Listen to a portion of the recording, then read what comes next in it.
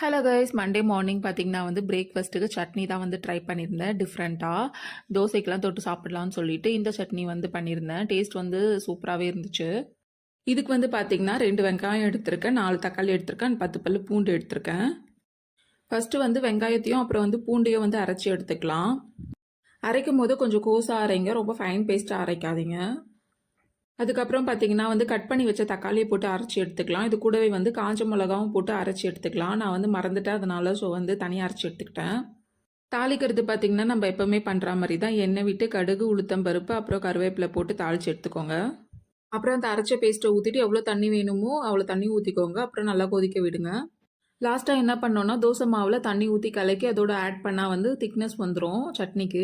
இதுக்கு வந்து காரம் பத்தலை, காரம் வேணும்னா கூட கொஞ்சமாக வந்து சில்லி பவுடர் ஆட் பண்ணிக்கலாம். அப்புறம் வந்து உப்பும் வந்து ஆட் பண்ணிக்கோங்க தேவையான அளவு. லாஸ்ட்டாக ஒரு டிப் சொல்கிறேன். அந்த மாவு வந்து கரைக்கும் போது நல்லா தண்ணி ஊற்றி டைல்யூட் பண்ணிவிட்டு அப்புறம் வந்து மிக்ஸ் பண்ணுங்கள். இல்லைனா வந்து அது கட்டி கட்டியாக ஆகிடும் உள்ள. எனக்கு அப்படி தான் ஆயிடுச்சு.